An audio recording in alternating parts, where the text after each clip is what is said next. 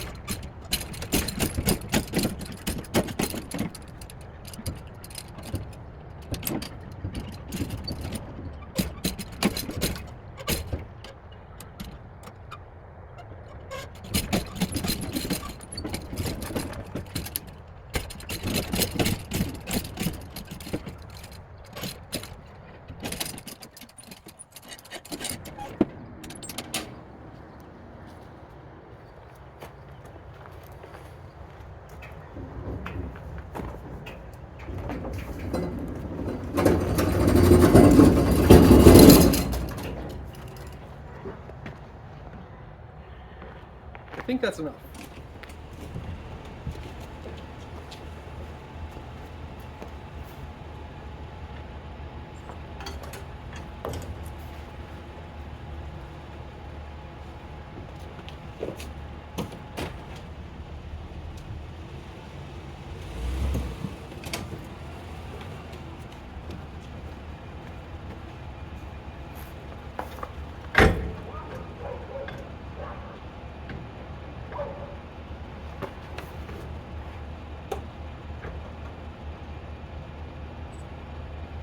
So close.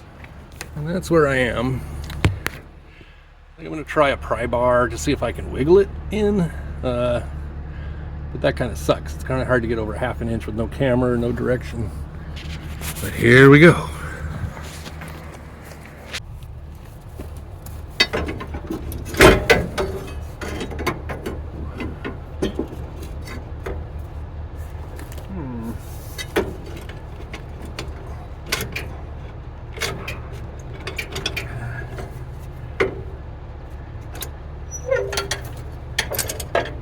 I think I could do it if I had another inch back. Okay. Kind of best to use a jack stand to get me where I need to bend the height temporarily. This still needs to go forward a bit. Well, this needs to go back a bit.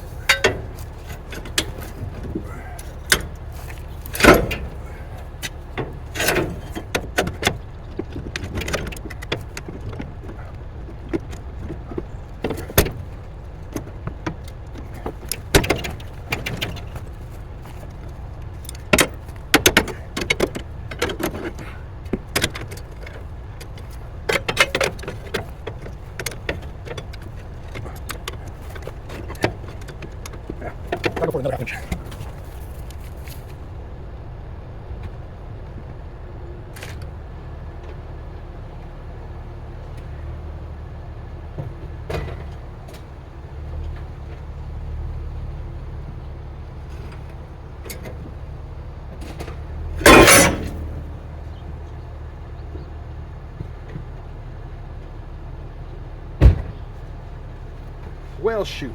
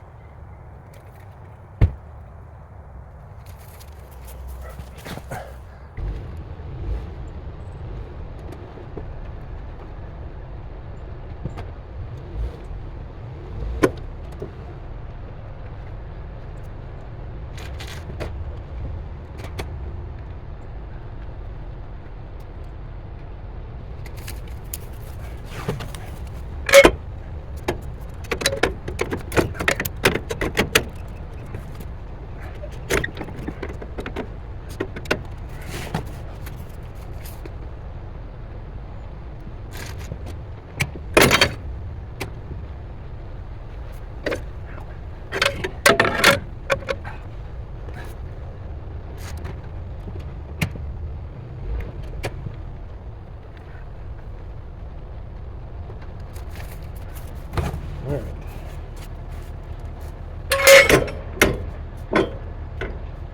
Piece of cake. Anybody could have done it. Super easy. Yeah, that's the ticket. It's just super simple. Of course, this thing doesn't reach.